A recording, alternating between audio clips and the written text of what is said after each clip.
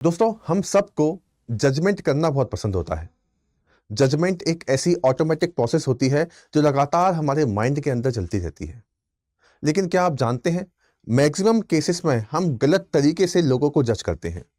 जैसे कि for example, मान लीजिए कोई एम्प्लॉय ऑफिस में लेट आता है, तो तुरंत हमारे माइंड के अंदर एक ऑटोमेटिक थॉट क्रिएट होगा कि ये लेट इस वजह से आया क्योंकि ये तो इरिस्पॉन्सिबल है, ये तो लेजी है।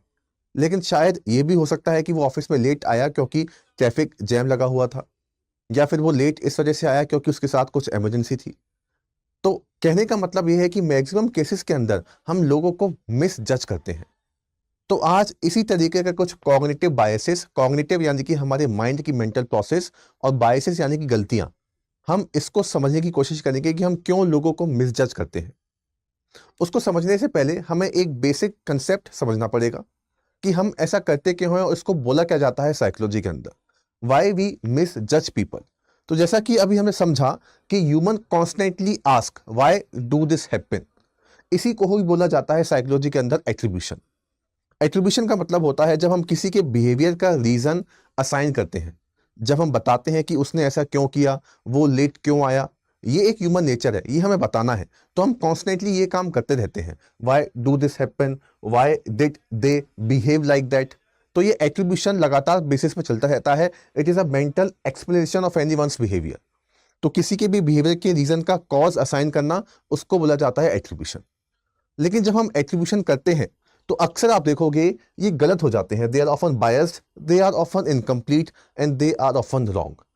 तो आज हम ये समझेंगे कि हमें एट्रीब्यूशन कैसे करना चाहिए, यानी कि किसी के बिहेवियर का अगर हमें रीजन असाइन करना है तो हमें क्या सही प्रोसेस होती है, उसको फॉलो करें। और जनरली हम इसमें गलतियां क्यों करते हैं, इसको समझने की हम कोशिश करेंगे। जैसे कि फॉर एग्जांपल आप देखोगे, imagine you are waiting for a friend. अब वो लेट आते हैं तो तुरंत आपके माइंड में ऑटोमेटिक प्रोसेस शुरू हो जाएगी, ऑटोमेटिक थॉट आना शुरू हो जाएंगे। आप जजमेंट करना शुरू कर देंगे। आप कहेंगे, आप शायद हो सकता है कि ऐसा कहें कि मेरा फ्रेंड लेट आया क्योंकि वो इरिस्पॉन्सिबल था, या शायद आप ऐसा भी कह सकते हैं कि वो लेट आया क्योंकि ट्रैफिक जैम बहुत ज़्यादा था, या बहुत हैवी, क्या कुछ इमरजेंसी थी। तो दोनों केसेस में आप उसके बिहेवियर का रीज़न असाइन कर रहे हैं, उसका कॉज का रीज़न बताने कि क्यों वो लेट आया। उसको लेट आने का रीज़न क्या था, या तो वो इरिस्पॉन्सिबल है। अगर आपने ऐसा कहा तो इसका मतलब आप उसकी पर्सनैलिटी के ऊपर बात कर रहे हैं, उसके ट्रेट के ऊपर बात कर रहे हैं। और अगर आपने ऐसा कहा कि ट्रैफिक की वजह से लेट आया, तो आप रिस्पॉन्सिबल यानी कि जिम्मेदारी दे रहे हैं सिचुएशन को, क्योंकि सिचुएशन ऐसी थी, इस वजह से वो ऑफिस में लेट आता है। लेकिन दोनों केसेस के अंदर आप क्या कर रहे हैं, आप जजमेंट बना रहे हैं, और इसी को बोला जाता है एट्रीब्यूशन। यही प्रोसेस को हम बोलते हैं एट्रीब्यूशन। अब जो हमारा ब्रेन होता है, जिस constantly making such kind of judgement, हम लगातार बेसिस पर आप देखोगे इन मिली सेकेंड्स ये जो प्रोसेस होती है लगातार हमारे माइंड के अंदर चलती रहती है। तो हमें इसी के पीछे की साइकोलॉजी और इसी के पीछे की साइंस को समझने की कोशिश करनी है। हम इंपॉर्टेंट स्कॉलर्स के पर्सपेक्टिव भी देखेंगे कि क्या क्या लोगों ने बताया। तो अगर हम इसके बेसिक्स देखें तो बहुत एक इंपॉर्टेंट नाम निकल के आता है, उनका नाम है फ्रिट्ज हीडर। जो हीडर जो है, इनको फादर ऑफ एट्रीब्यूशन साइकोलॉजी भी बोला जाता है। अब हीडर क्या बोलते हैं कि जो ह्यूमंस होते हैं, they are naive psychologist. Naive psychologist से इनका मतलब क्या हुआ, देखिए साइकोलॉजिस्ट क्या करते हैं, psychologist with the help of scientific principle, with the help of research, ये बताने की कोशिश करते हैं कि इसका बिहेवियर ऐसा क्यों निकल के आया। यही काम होता है साइकोलॉजी का। लेकिन हीदर ये बोलते हैं कि हम लोग यानी कि ह्यूमंस भी ये काम करते हैं। हम भी तो रेगुलर बेसिस से बताते हैं कि उसने ऐसा क्यों किया, उसने ऐसा क्यों किया, उसने वहां से क्यों इस जॉब को लीव कर दिया, या फिर वो वहां पढ़ने क्यों चला गया, उसने ये वाली स्टेप क्यों ली। तो ये काम तो हम भी रेगुलर बेसिस पर करते रहते हैं। तो जैसे कि for example, like scientist, we also try to explain causes of the behaviour. लेकिन हीदर ये बोलते हैं कि हम जो है, हम किस तरीके के साइकोलॉजिस्ट हैं, हम नेव साइकोलॉजिस्ट हैं। इसका मतलब हम जो बताते हैं, साइकोलॉजिस्ट बताते हैं on the basis of scientific principle, लेकिन हम जो बताते हैं वो हम बताते हैं on the basis of intuition, on the basis of common sense. हम जनरली कॉमन सेंस के ऊपर रिलाई करते हैं, और कॉमन सेंस हमेशा सही नहीं होता। इसी वजह से हम गलतियां कर जाते हैं। हीदर इसके आगे बताते हैं कि जनरली हम दो तरीके के एट्रीब्यूशन करते हैं। जैसे कि फॉर एग्जांपल आप देखोगे इस वाले केस में, हमने पहले वाले केस से बताया कि वो लेट हो गया क्योंकि इरिस्पॉन्सिबल था। तो यहाँ पर हमने उसकी अंदर की क्वालिटी यानी कि अंदर की ट्रेट के ऊपर हमने उसको रिस्पॉन्सिबल ठहराया, और दूसरे वाले केस में क्योंकि ट्रैफिक बहुत ज़्यादा हैवी था। तो ऐसे ही हीदर बताते हैं कि दो तरीके के एट्रीब्यूशन होते हैं। The first one is dispositional attribution, जहां पर हम बोलेंगे कि उसकी पर्सनैलिटी के अंदर कोई दिक्कत है, उसके ट्रेट के अंदर कोई दिक्कत है, उसका मोटिव खराब है। और दूसरा होता है सिचुएशनल एट्रीब्यूशन, यानी कि यहां पर हम बोलेंगे क्योंकि इन्वायरमेंट में कुछ दिक्कत थी, सिचुएशन में कुछ दिक्कत थी, इस वजह से वो लेट हो गया, इस वजह से उसने ऐसा बिहेवियर किया। इसी को और सिंप्लीफाई करने के लिए हम बोल सकते हैं कि डिस्पोजिशनल होता है हमारा इंटरनल और सिचुएशनल होता है हमारा एक्सटर्नल। तो इस तरीके से हीदर इस कंसेप्ट को इंट्रोड्यूस करेंगे और हीदर बोलते हैं कि we naturally prefer dispositional explanation. Why? Because they feel more stable and predictable. Generally ये हमारी टेंडेंसी होती है कि हम जनरली लोगों को क्या करते हैं, लोगों को उनकी इंटरनल रीजन की वजह से हम उनको जिम्मेदार ठहराते हैं। ये एक जनरल टेंडेंसी होती है क्योंकि ये करना बहुत आसान है। सिचुएशन आपको पता भी नहीं है कि क्या होगी क्या नहीं होगी, वो इंसान आपके सामने है, तो आपने तुरंत क्या किया, आपने तुरंत डिस्पोजिशनल एट्रीब्यूशन कर लिया। तो इस तरीके से जो हीदर है वो इस कंसेप्ट को शुरू करेंगे, एट्रीब्यूशन के कंसेप्ट को, और समझाने की कोशिश करेंगे कि ह्यूमंस क्यों किस तरीके से किसी के बिहेवियर का रीजन बताते हैं, उसका बिहेवियर का रीजन असाइन करते हैं, कॉज असाइन करते हैं। इस तरीके से ये जो प्रोसेस है हमारी शुरू हो जाती है। तो हम इसी की थ्योरी को इलेबोरेट करने की कोशिश करेंगे और हम कैसे कैसे किस किस तरीके से गलती करते हैं और हम क्या कर सकते हैं कि सही तरीके से एट्रीब्यूट करें, सही तरीके से लोगों का बिहेवियर बता सकें। आगे बढ़ेंगे, इस कंसेप्ट का थ्योरेटिकल बेसिस समझने की कोशिश करेंगे कि व्हाई एट्रीब्यूशन मैटर्स। तो अगर हम बात करें, हम क्या कर रहे हैं, हम जजमेंट बनाते हैं, ठीक है। फेयरनेस और अनफेयरनेस आप रहेगा, ये कुछ भी हो सकता है और ये सब जगह होगा, ठीक है। फॉर एग्जांपल एजुकेशन में टीचर्स लगातार बेसिस पे जजमेंट बनाते हैं अपने बच्चों को लेकर। वर्क प्लेस में लगातार मैनेजर इवेल्यूएट करते हैं अपने एम्प्लॉयज को। पॉलिसीज में, लॉ मेकिंग में जनरली क्या होता है, पॉलिसीज में अब ब्लेम करते हैं लोगों को कि उसने ऐसा इस वजह से किया, उसने ऐसा इस वजह से किया। तो ये सब जगह होता रहता है और जनरली मैक्सिमम केसेस में हम क्या करते हैं, हम गलतियां करते हैं, एट्रीब्यूशन एरर्स करते हैं।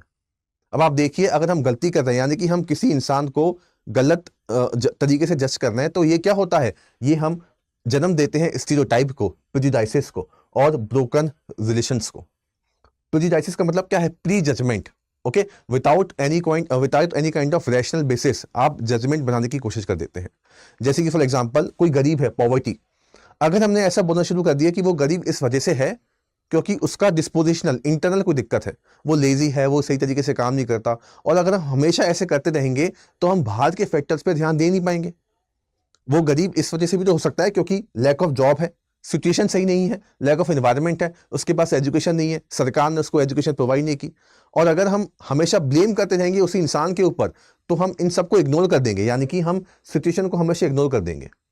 तो इसका मतलब साइकोलॉजी का ये जो कंसेप्ट है, ये भी बताने की कोशिश करता है कि हम कैसे पीछे रह जाएंगे in law making, policies, politics और जस्टिस के अंदर अगर हम इसी तरीके से एट्रीब्यूशन करते रहेंगे। तो इस तरीके से देखोगे एट्रीब्यूशन को समझना बहुत इंपॉर्टेंट है और सही तरीके से एट्रीब्यूट करना बहुत इंपॉर्टेंट है। अब मैं जब भी कहूंगा एट्रीब्यूशन, यानी कि हम बात करेंगे, हम क्या कहेंगे, उसका मतलब क्या होगा कि आप कैसे किसी का बिहेवियर, रीजन आप बताने की कोशिश कर रहे हैं। तो आप समझ पाओगे कि एट्रीब्यूशन कैसे होता है रेगुलर बेसिस पर और इसको समझना क्यों इंपॉर्टेंट है। अब इसको समझाने के लिए, मतलब कि हम सही तरीके से एट्रीब्यूट करें, एक इंपॉर्टेंट मॉडल आता है, उसको बोला जाता है कैली कोवेरिएशन मॉडल। अब जो कैली कोवेरिएशन मॉडल है, ये बहुत ही इंपॉर्टेंट मॉडल है जो बताता है कि हमें कैसे, किन किन कंडीशन की बेसिस पर हमें लोगों का बिहेवियर असाइन करना चाहिए। अब कैली 3 तरीके के टर्म बताते हैं, जैसे कि फॉर एग्जांपल एक हो गया कंसेंसस, दूसरा होता है कंसिस्टेंसी और तीसरा होता है डिस्टिंक्टनेस। कंसेंसस का मतलब होता है सहमति। फॉर एग्जांपल मान लीजिए एक कोई एम्प्लॉय है, वो ऑफिस में लेट आता है। मान लो अगर सारे के सारे ऑफिस में लेट आते हैं तो वो क्या हो गया, consensus. Do other people behave in the same way. दूसरा हम बात कर रहे हैं कंसिस्टेंसी। मान लीजिए वो ऑफिस में लेट आता है तो मंडे, ट्यूसडे, वेडनेसडे हमेशा लेट आता है क्या, तो does this person always act like this. Third होता है डिस्टिंक्टनेस। डिस्टिंक्टनेस यानी कि क्या वो बंदा, क्या वो एम्प्लॉय सिर्फ ऑफिस में लेट आता है या सब जगह लेट जाता है, तो ये बिहेवियर कितना डिस्टिंक्ट है। Okay, do they behave differently in other situations और नॉट।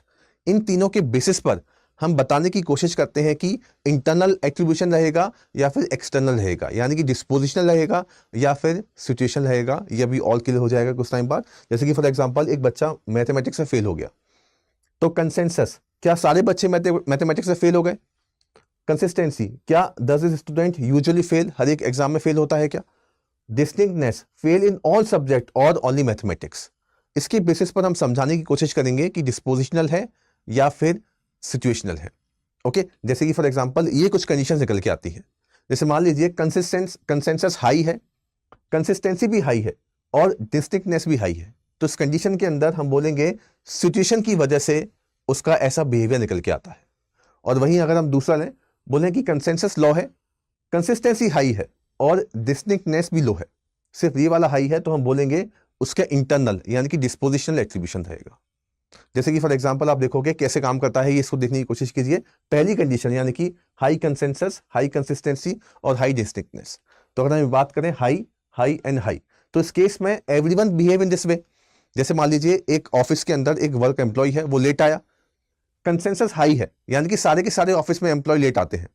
ओके, डिस्टिंक्टनेस भी हाई है यानी कि वो ऑफिस में ही लेट आता है, बस बाकी सारे काम सारी जगह वो सही टाइम पे जाता है। और कंसिस्टेंसी भी अगर उसकी हाई है यानी कि मंडे को, ट्यूसडे को, वेडनेसडे को हर दिन वो लेट आ रहा है और सारे के सारे ऑफिस में लेट आते हैं, तो इसका मतलब उस बंदे में, उस एम्प्लॉय में कोई दिक्कत नहीं है। दिक्कत कहां पर है? दिक्कत है ट्रैफिक में, जैम लगा हुआ है या फिर कुछ और परेशानी है, इस वजह से सारे के सारे लोग लेट आ रहे हैं, सिर्फ अकेला वो लेट नहीं आ रहा है। तो इस केस में क्या होगा, ये क्या हो जाएगा, आप सिचुएशन पे बोलेंगे। जैसे कि मान लीजिए for example everyone laugh at a comedian joke, high consensus. The person laugh at every performance of this comedian, high आप यहां पे भी देख पाएंगे। Okay, but this person does not laugh much eight other comedian, तो यानी कि डिस्टिंक्टनेस ही बहुत ज्यादा हाई है। ठीक है, सिर्फ यहीं पे हंसता है, डिस्टिंक्ट है उसका ये बिहेवियर। तो इस कंडीशन में एट्रीब्यूशन क्या होगा, joke is generally funny, external situation, यानी कि वो कॉमेडियन अच्छी तरीके से परफॉर्म कर रहा है, इस वजह से सब लोग हंस रहे हैं, ये उसके अंदर का कोई नेचर नहीं है। ऐसे ही दूसरी कंडीशन हम लेते हैं, लो कंसेंसस, हाई कंसिस्टेंसी और लो डिस्टिंक्टनेस। अगर ये कंडीशन आती है तो हम इंटरनल डिस्पोजिशन पर जाते हैं। मान लीजिए only one student laugh at the teachers boring lecture, low consensus है, बाकी सब बच्चे नहीं हंस रहे हैं। That student laugh in every lecture, high consistency, वही जो बच्चा है वो हर एक लेक्चर में हंस रहा है। The same student laugh in all classes with all teachers, तो डिस्टिंक्टनेस भी नहीं है, आप देखोगे लो डिस्टिंक्ट है। इस कंडीशन में हम क्या बोलेंगे, जो बच्चा है नेचुरली गिगली पर्सन या उसके अंदर इंटरनल फनी पर्सन है, उसके अंदर की कुछ क्वालिटी है जिसकी वजह से वो हमेशा हंसता रहता है। तो इस तरीके से जनरली हमें एट्रीब्यूशन करना चाहिए। ये एक साइंटिफिक तरीका होता है, साइंटिफिक प्रूवन थ्योरी है जो ये बताती है हमें कैसे एट्रीब्यूट करना है। लेकिन असल जिंदगी में हम ऐसा काम नहीं करते, रियलिटी में हम ऐसा काम नहीं करेंगे। ओके, तो कैली का मॉडल बताता है कि हमें ऐसा करना चाहिए, रियलिटी ये होगी, लेकिन रियलिटी हम क्या करते हैं, रियलिटी में हम गलती कर जाते हैं। क्यों? क्योंकि हम क्या है, वी आर कॉग्निटिव माइजर्स। इसका मतलब क्या हुआ कि हमारे पास इतना टाइम नहीं है कि हम अपने दिमाग की शक्ति, अपने माइंड की पावर खर्च करें। हमें ऑटोमेटिक फटाफट काम करने होते हैं, तो हम तुरंत जजमेंट करते हैं, वी वॉन्ट क्विक आंसर्स। तो आप ये कहां तक देखोगे, आप कंसिस्टेंसी या कंसेंसस, डिस्टिंक्टनेस हमेशा नहीं देख पाओगे, आपके पास इतना टाइम है नहीं।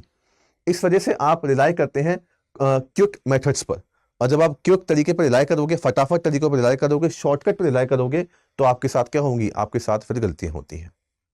Okay, so in real life we rarely have time और motivation to collect all Kelley's information. Imagine judging a stranger in traffic, मान लीजिए कोई स्ट्रेंजर है ट्रैफिक के अंदर, तो आप ये सब पैरामीटर्स थोड़ा देखोगे वहां पर, आप तुरंत जज कर लोगे। You don't know their history, consensus, distinctness कहां पता है आपको, so your brain jump straight to reckless driver. ठीक है, तुरंत आपने क्या बोल दिया, उसकी क्वालिटी, उसके अंदर की जो ट्रेट है, उसके अंदर की जो पर्सनैलिटी है, आपने सीधे उसी पर ही उंगली उठा दी।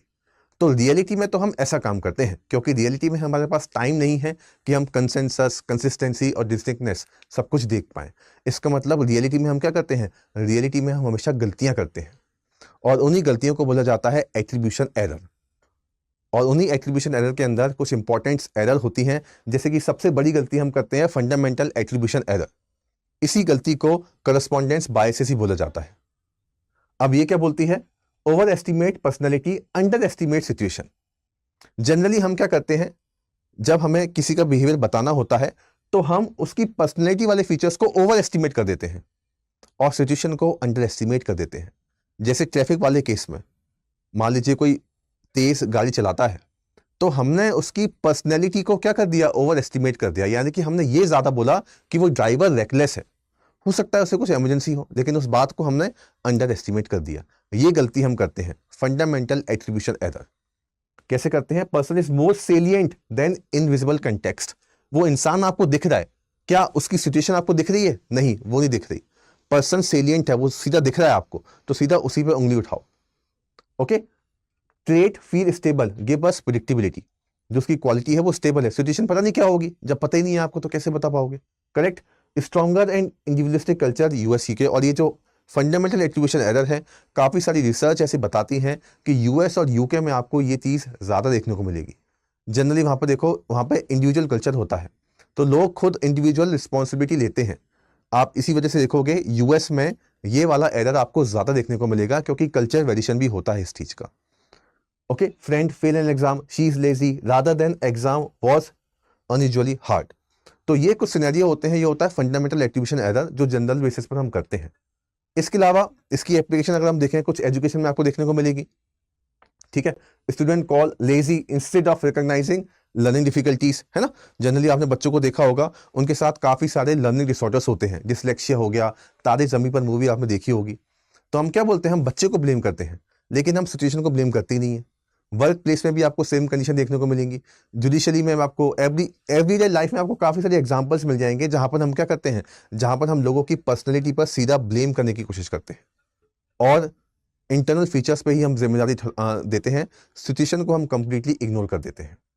ऐसा ही एक तरीके का बायस और एक तरीके की गलती और होती है, उसको बोलते हैं हम एक्टर ऑब्जर्वर बायस। ये क्या बोलता है, एक्टर ऑब्जर्वर, देखिए दो लोग हैं यहाँ पर, तो हमारे एक्शंस, जब हम कोई एक्शन करते हैं तो उसका एक्सप्रेशन हम देते हैं सिचुएशन के बेसिस पर, लेकिन जब दूसरे कुछ करेंगे ना, तो हम उसकी क्वालिटी यानी कि उसके इंटरनल ट्रेट पर जिम्मेदारी ठहराएंगे। जैसे मान लीजिए मैं एग्जाम में फेल हो गया, तो मैं क्या बोलूंगा कि मैं फेल हो गया क्योंकि एग्जाम पेपर में कोई दिक्कत थी, इन्वायरमेंट ठीक नहीं था, बहुत नॉइस आ रही थी, पेपर ही ऐसा था। लेकिन अगर कोई दूसरा फेल हो गया तो मैं क्या बोलूंगा कि भाई ये फेल हो गया क्योंकि इसने मेहनत नहीं की। तो दूसरों के एक्शन हम बताने की कोशिश करते हैं on the basis of their trait, और खुद के एक्शन जनरली हम बताते हैं on the basis of situation. ये जनरली होता है। Okay, why it happens, because we know our context, हमें पता है हमारा कंटेक्स्ट, इस वजह से हमारे पास तैयार है एक्सक्यूज, हम ज्यादा दिमाग लगाएंगे नहीं। Okay, we lack other context, हमें दूसरों का पता ही नहीं है, तो हम उनका ब्लेम कर देंगे ट्रेट के बारे में। ओके, आपको अपनी कंडीशन तो पता है ना, दूसरे की कंडीशन आपको क्या पता होगी, आपको इंसान दिखता है, आपने उसी को ब्लेम करना शुरू कर दिया। तो ये होता है एक्टर ऑब्जर्वर बायस। और इसी की तरह आप देखोगे एक बायस और होता है, वो देखेंगे अभी, सेल्फ सर्विंग बायसेस। उससे पहले इसकी एप्लीकेशन आप देखोगे रिलेशनशिप में। ठीक है, okay, I shouted because of stress, you shouted because of, you can see, because you are short tempered. Workplace में, I miss deadline due to any kind of workload, मेरे पास बहुत ज्यादा था। ठीक है, लेकिन पॉलिटिक्स ओवर वॉर, नेसेसिटी आप देखोगे, है ना, हमारा वॉर, हमने वॉर किया क्योंकि नेसेसिटी थी, ठीक है, दूसरे ने वॉर किया क्योंकि एग्रेशन था। तो जनरली आपको देखने को मिल जाएगा काफी हद तक। तो ये होता है एक्टर ऑब्जर्वर बायस। और जो थर्ड तरीके की गलती हम करते हैं उसको बोलते हैं सेल्फ सर्विंग बायसेस, जहां पर सक्सेस को लेकर बात की जाती है। तो अगर आपको सक्सेस मिली है तो अगेन आप हमेशा क्या बोलोगे कि मैं सक्सेसफुल इस वजह से हो गया क्योंकि ये मेरी पर्सनल क्वालिटी थी, मेरी वजह से। और जब आपको फेलियर मिलेगा तो आप हमेशा सिचुएशन ब्लेम करते हो, आप फेल हो गए क्योंकि सिचुएशन खराब थी। अब देखो ये भी कल्चर टू कल्चर वेरी करेगा। इंडिया में अलग, इंडिया में, यूएस में आप देखोगे ये अलग टेंडेंसी होगी इसकी, इंडिया में आप देखोगे अलग टेंडेंसी होगी इसकी। ठीक है, अब ऐसा हम क्यों करते हैं, क्योंकि जनरली हमें अपना क्या होता है, हमें अपना सेल्फ स्टीम हमेशा बचाना होता है। तो अगर हम एज अ फेलियर अपने आप को एक्सेप्ट करेंगे तो ये डायरेक्टली आप देखोगे अटैक होगा आपकी सेल्फ स्टीम के ऊपर। और अगर आपकी सेल्फ स्टीम को कुछ भी खतरा आता है तो उसकी वजह से क्या होता है, उसकी वजह से आपकी मेंटल हेल्थ के ऊपर असर जाता है। तो इस वजह से अपनी सेल्फ इमेज को बूस्ट करने के लिए, अपने सेल्फ एस्टीम को प्रोटेक्ट करने के लिए आप क्या देखोगे, आप हमेशा क्या करते हो, सक्सेस इंटरनल और फेलियर आपका सिचुएशन के वजह आता है। ठीक है, जैसे कि फॉर एग्जांपल आप जीत गए तो आई एम टैलेंटेड, आप अगर लॉस हो गया तो एग्जाम अनफेयर था। तो this is what self serving biases. और इस तरीके से हमें देखें कि तीन तरीके के हमारे एट्रीब्यूशन एरर्स होते हैं। The first one fundamental attribution error, the second one actor observer bias, third one is self serving biases. ये इंपॉर्टेंट एट्रीब्यूशन एरर्स हैं जो रेगुलर बेसिस पर हम जो है करते रहते हैं। इसकी भी काफ़ी ज़्यादा एप्लीकेशंस आपको देखने को मिलेंगी। ठीक है, बच्चों की, स्टूडेंट की अच्छी अगर ग्रेड आती हैं तो उन्होंने काफ़ी अच्छी मेहनत की है, अगर खराब प्रदर्शन होता है तो टीचर अनफेयर था, आप ऐसा कह देते हैं। पॉलिटिक्स में government credit themselves for growth, blame global economy for recession, आपको देखने को मिलेगा ना। तो यानी कि अगर आप ऐसा करते रहेंगे तो देखिए आप कहाँ तक ये जो है साइकोलॉजी के कंसेप्ट फैले हुए हैं। पॉलिटिक्स में, वर्क प्लेस में, एजुकेशन में, सब जगह आपको इनकी एप्लीकेशंस देखने को मिलेंगी।